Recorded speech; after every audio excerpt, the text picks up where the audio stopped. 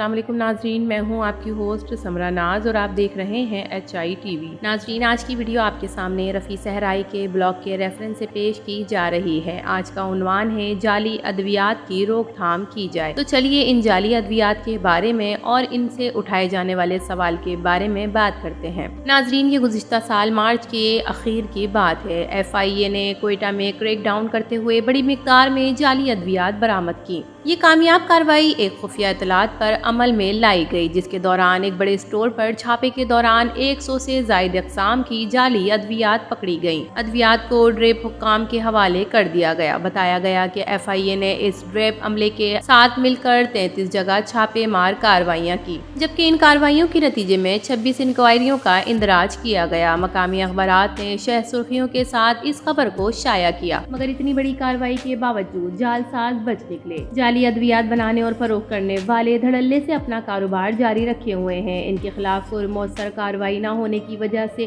وہ کھیل کھیلنے میں آزاد ہیں۔ ناظرین، دیکھا جائے تو جعلی ادویات کی تیاری اور فروخت ملک عزیز کا درینہ مسئلہ ہے۔ کوئی حکومت بھی اس مافیا پر سخت ہاتھ نہیں ڈال سکی۔ موت کے یہ سوداگر نہ صرف عوام کی زندگیوں سے کھیل رہے ہیں، بلکہ دونوں ہاتھوں سے ان کے خون پسینے کی کمائی بھی لوٹنے میں مصروف ہیں۔ گزشتہ سال ہی معروف صحافی رانا عظیم کی ایک تحقیقاتی رپورٹ شائع ہوئی تھی، جس میں انہوں نے بتایا کہ ملک میں جعلی ادویات تیار کرنے کی 3000 سے زائد فیکٹریاں موجود ہیں، جو ہزاروں قسم کی جعلی ادویات تیار کرنے میں دن رات مصروف عمل ہیں۔ ان فیکٹریوں کے مالکان 35% موجود اور سابق اراکین اسمبلی ہیں۔ جعلی ادویات کی تیاری میں سندھ پہلے، پنجاب دوسرے، KP کی تیسرے، جبکہ بلوچستان چوتھے نمبر پر ہے۔ اس کے علاوہ جعلی ادویات میں طاقت کے انجیکشن اور اینٹی بائیوٹکس ادویات سب سے زیادہ تیار ہوتی ہیں۔ رپورٹ میں یہ انکشاف بھی کیا گیا تھا کہ لاہور میں لوہاری مارکیٹ، پشاور میں صدر بازار، کراچی میں جناح روڈ جعلی ادویات کی بڑی ہول سیل مارکیٹس ہیں، جبکہ سکھر، حیدرآباد اور کوئٹہ میں بھی ادویات بڑی تعداد میں فروخت ہوتی ہیں۔ جعلی ادویات بنانے والی فیکٹریوں کے مالکان میں 21% پرائیویٹ ہسپتالوں کے مالکان ہیں، جبکہ 15% ڈاکٹرز بھی اس میں شامل ہیں۔ رپورٹ میں یہ بھی پتہ چلا ہے کہ پرائیویٹ ہسپتالوں کے ساتھ ساتھ بعض سرکاری ہسپتالوں میں بھی جعلی ادویات استعمال کی جاتی ہیں۔ جعلی ادویات بنانے والی فیکٹریوں میں بھارت، چین اور ایران سے سستا اور غیر معیاری خام مٹیریل درآمد کر کے ان ادویات کی تیاری میں استعمال کیا جاتا ہے، جس سے مریضوں کو فائدے کے بجائے الٹا نقصان پہنچتا ہے۔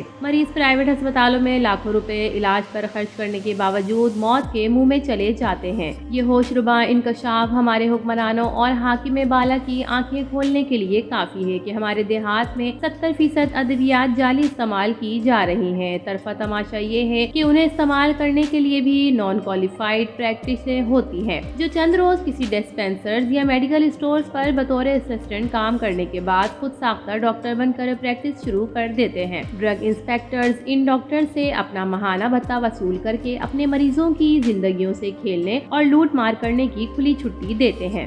ہماری ہر حکومت کو صورتحال کا مکمل طور پر علم ہوتا ہے، مگر اس مافیا پر ہاتھ ڈالنے کی جرت کبھی کوئی حکومت بھی نہیں کر سکتی، کیونکہ اس کے اپنے ہی موت کے سوداگر بیٹھے ہیں اور اپنے خلاف کوئی کارروائی کیسے کر سکتا ہے۔ اس کے برعکس ہر چند ماہ بعد یہ مافیا حکومت پر دباؤ ڈال کر ادویات کی قیمت بڑھوانے میں کامیاب ہو جاتے ہیں۔ تو ناظرین، آپ اچھی طرح سمجھ گئے ہوں گے کہ ہمارے اراکین اسمبلی اپنے علاج کے لیے بیرون ملک کیوں جاتے ہیں، اپنے ملک میں علاج کروانا کیوں پسند نہیں کرتے۔ اس کی یہی وجہ نظر آتی ہے کہ صورتحال سے بخوبی واقف ہیں، بلکہ کئی تو ان میں سے خود اس جعلی ادویات کی فیکٹریوں کے مالک ہوتے ہیں۔ ایک یونیورسٹی کے طلبہ نے ہوائی جہاز بنایا اور اپنے اساتذہ کو جہاز کا وزٹ کرنے کی درخواست کی۔ تمام استاد خصوصی طور پر جہاز میں پہنچ گئے۔ انہوں نے اپنے اسٹوڈنٹس کی کارروائی کو سراہا اور مبارکباد پیش کی۔ جب اساتذہ کرام کو بتایا گیا کہ جہاز کو اڑایا جائے گا تو وہ سب گھبرا کر جہاز سے نیچے اتر گئے۔ انہوں نے اپنی شاگردوں کی صلاحیتوں پر شک کیا، مگر یونیورسٹی کے وائس چانسلر سکون سے جہاز کے اندر بیٹھے رہے۔ کوشش کے باوجود جہاز کا انجن اسٹارٹ نہ ہو پائے۔ اسٹوڈنٹس اور وائس چانسلر جہاز سے باہر آ گئے۔ اساتذہ نے وائس چانسلر صاحب سے پوچھا، کیا آپ کو ڈر نہیں لگتا؟ جہاز کسی حادثے کا شکار ہو جاتا تو؟ بالکل بھی نہیں، وائس چانسلر نے اطمینان سے جواب دیا۔ مجھے اپنے طلباء کی صلاحیتوں کا پتہ ہے اور یقین تھا کہ یہ جہاز ٹیک آف نہیں کرے گا۔ ہمارے حکمران، اراکین پارلیمنٹ، مراعات یافتہ لوگ اور اشرافیہ کو بھی پتہ ہوتا ہے کہ ان کے ملک میں ہسپتالوں اور ادویات کا کیا معیار ہے۔